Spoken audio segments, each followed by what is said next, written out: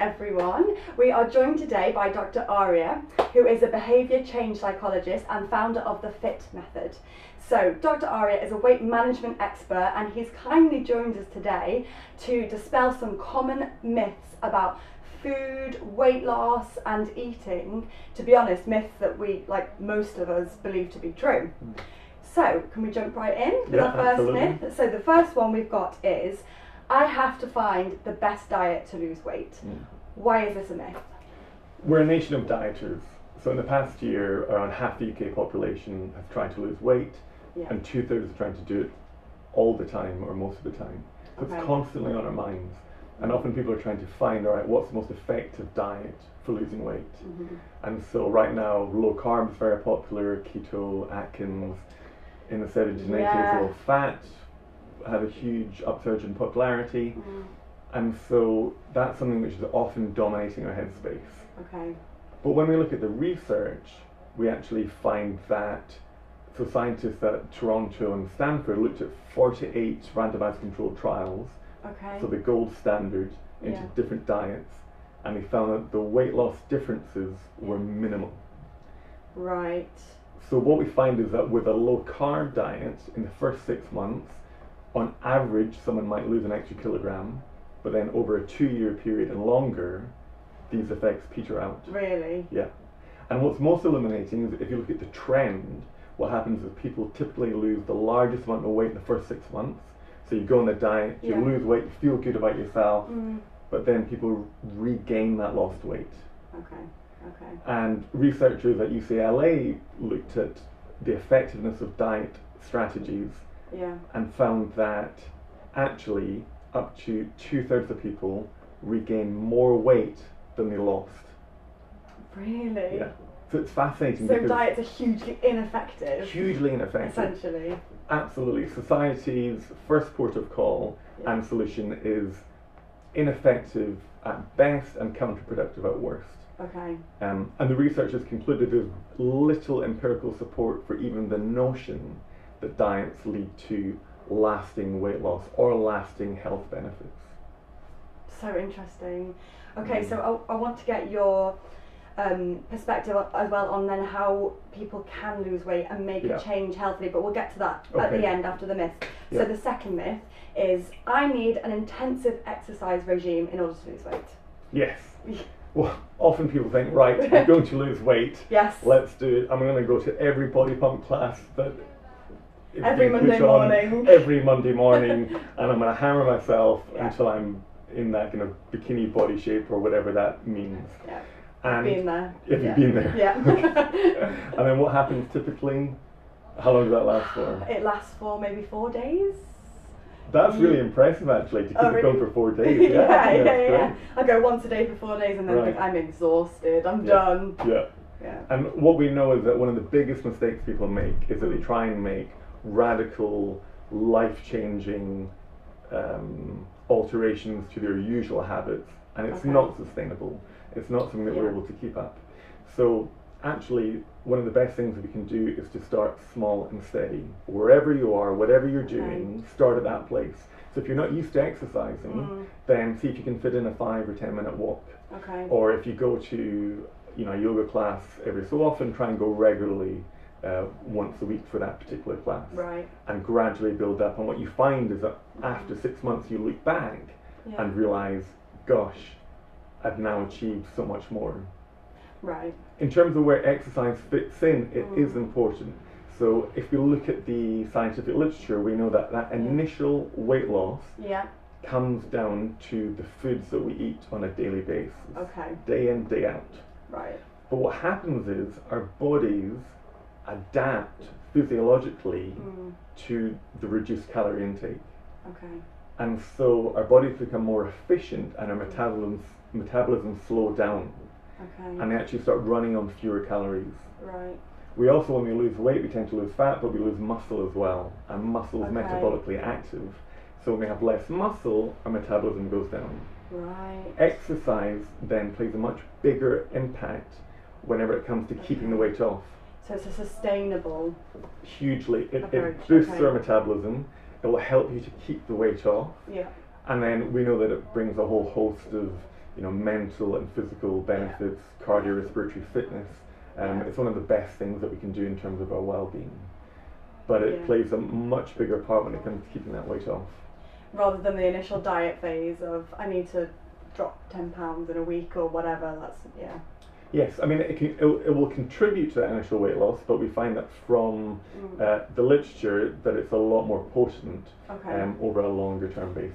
Which is why you might find some people saying, well, do you know, I've lost 10 pounds over a couple of months and I didn't increase my exercise, I'm fine.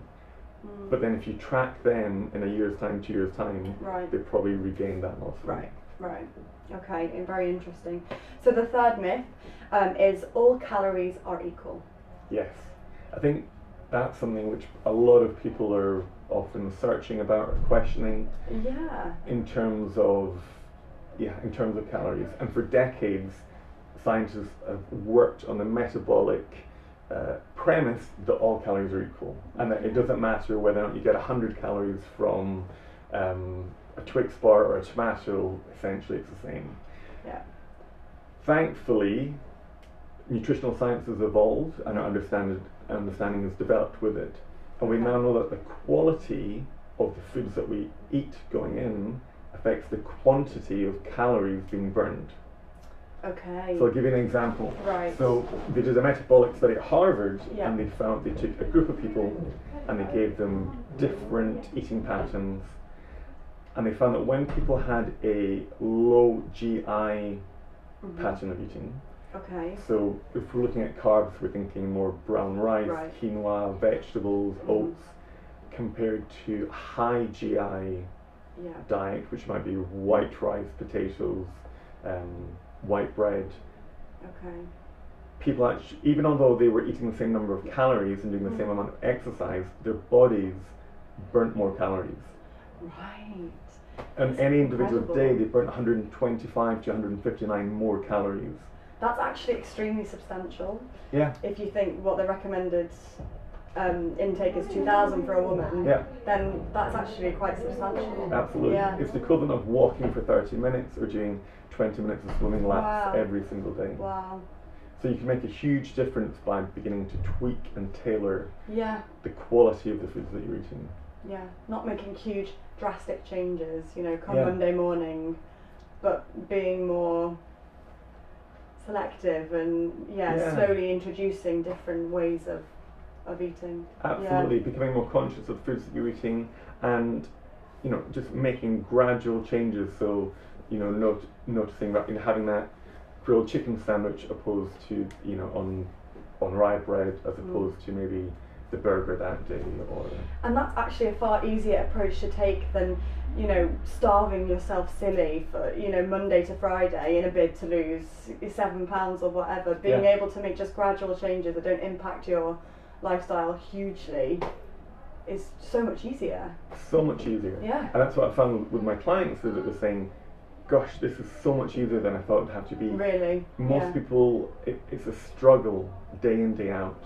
And it's painful because weight gain, we know about the physical implications in terms of diabetes, hypertension, cancerous, but actually on a psychological level, it hits us hard. Our self-esteem, our self-confidence, the way we relate to ourselves, our relationships, our work. And people are really suffering and really struggling. And they've got this busy inner mind as well that's putting themselves down and calling themselves fat and disgusting, when actually it's not about making these huge changes. It's not about deprivation, it's not about severe restriction. It's about finding that balanced way of eating which fits in with your lifestyle. And your lifestyle will be different to mine, which will be different to your neighbour, to someone else. But it's finding out what works for you. Yeah, okay. So the fourth myth is, I can't stop thinking about food, there must be something wrong with me. Right. Yeah. I mean, which is, I think, something we've all thought at some point. Can you relate to that? Absolutely, yeah. I'm on a diet and it's Tuesday, day 2, obviously, because all diets start on a Monday. Diet Monday. And it comes to 2 p.m. and I'm like, all I want to do is eat. Yeah. What's wrong with me? Absolutely. So I think what's most helpful is, one, to realise that this affects, I would say, virtually everyone. Okay. Because our minds, from an evolutionary point of view, they've evolved to focus on food. Okay. Okay, so our species, Homo sapiens, had essentially 4 basic needs: food, water, warmth, and shelter. Yeah. Now, we've evolved to seek out food. We've followed an ancestral lineage of individuals who are able to be aware of food, locate it, know how much food is left, know where food might be located in the future, and we've been passed down these cognitive tendencies. Okay. So I'll run through a couple of examples, and you can, if you can relate to it, you can say yay. If you don't, why you say nay. Okay. Okay. Yeah. Have you ever felt possessive about food? Yes. Okay. Absolutely. Okay. I've got 4 sisters, so yeah. Right. Totally. This is mine. This is mine. Protect it. Back off. Yeah. Have you ever had food envy where you've ordered in someone else's other food? Yeah. Yeah. That one hits me as well. Yeah, especially when I'm on a diet. Yeah. Yeah, totally. Have you ever finished a meal but then just wished you could almost empty your stomach and then just eat the same food again? Yeah. Yeah, great. Yeah. Great. Almost like rewind in time and then just enjoy the food over again. You're like, I didn't enjoy it enough, I didn't make the most Yeah, of the it moment. didn't last enough. Yeah. It didn't last long enough. It's gone. I've been waiting forward to this for hours and now it's gone in a few minutes. Yeah. Have you ever finished food but then already been thinking about what am I going to eat next? Yeah. Yeah. Yeah. These are all natural thoughts. They're Okay. inevitable thoughts. It doesn't mean, if anyone has these thoughts, it doesn't mean that they are greedy or disgusting or that they lack self-discipline or that they're weak-willed or that there's something wrong with them. Right. These thoughts are not the enemy. Okay. Food is not the enemy. Right. This is just an evolutionary hangover.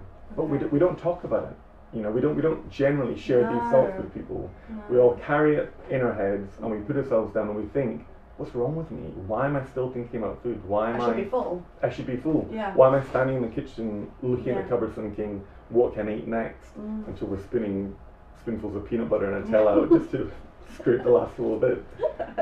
It's very natural. All it means is that you have a human mind. Okay. And with training, we can understand different ways of understanding our mindset and our emotions, which is why I've developed this method, to have more control over your eating and over your exercise. Okay. Really interesting. Okay. So there isn't anything wrong with me. I just need to change my thought patterns. Well, I would even say you don't even need to change your thought patterns. Okay. But you're right, there's nothing wrong with you. It's the way that the mind's built, because when we try and change our thought patterns, we're fighting against nature. Okay. And something that we'll come to learn is that nature will win. So right, yeah. often what we'll try and do is we'll try and block the thoughts out and we'll think, do you know what? Stop thinking about food.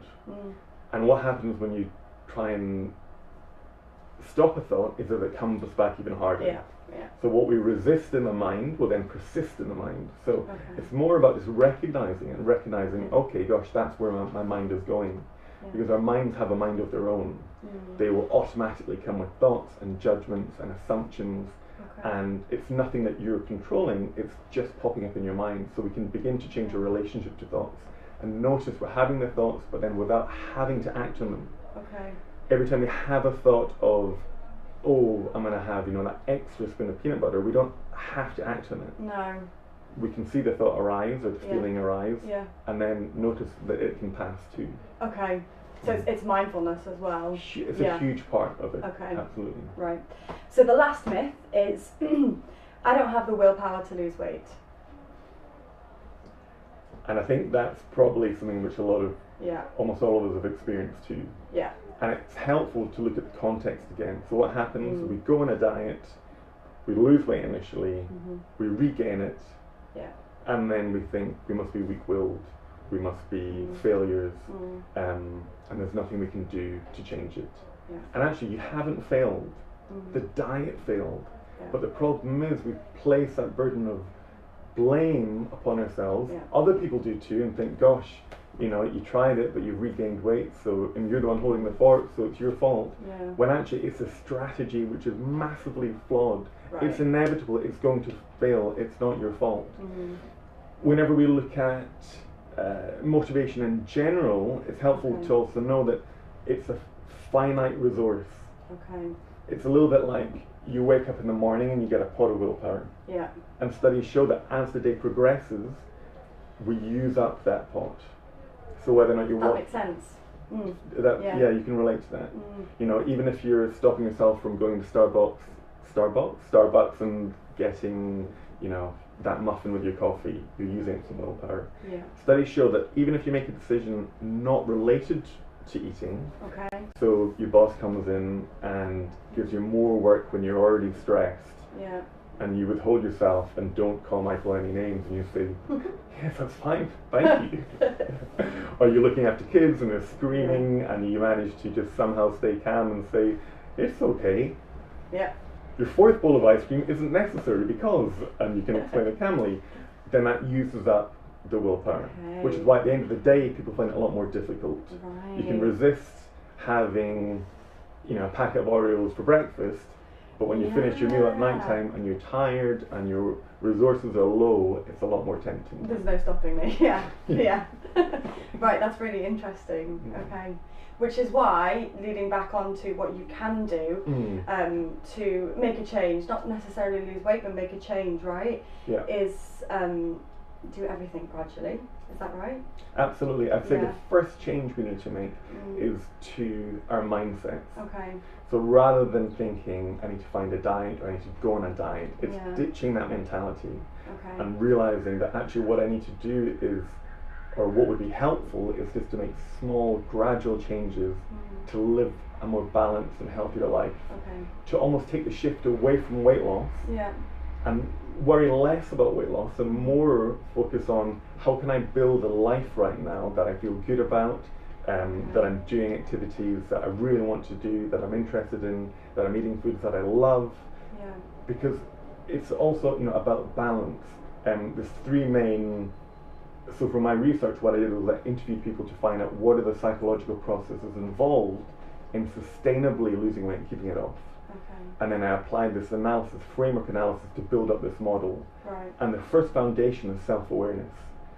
Becoming more aware of not only what I'm eating, but why I'm eating. What's triggering me into eating this. Because we don't just eat when we're hungry, we eat when we're bored or stressed, or when we're watching TV as something to do, or we're feeling lonely or low. But also how we eat. So we know that whenever we eat, when we're distracted, so you know, people tend now to eat on the go. We eat when we're doing our emails, when we're watching TV, when we're on the phone. When you eat when you're distracted, and we've run these studies, we tend to eat 10% more at the time and 25% more at the next meal. No way. Yeah, that's which so is interesting. huge. And the theory is that our brains aren't laying down the memories of what we've eaten because our focus of attention is somewhere else. Right, okay, so there hasn't been the link between the brain and the stomach? Exactly. There hasn't been that link between registering because how much we eat is dependent on so many factors which are all made up in the mind. Every decision we make about what to eat, when to eat, how much, what to do, it all starts with the mind. It's all taking place in the brain. And so giving ourselves that time to sit down and enjoy food and focus on it and really get pleasure out of it, because food's so pleasurable, we've evolved that way to enjoy food, will then give you more control over how much you eat. Brilliant.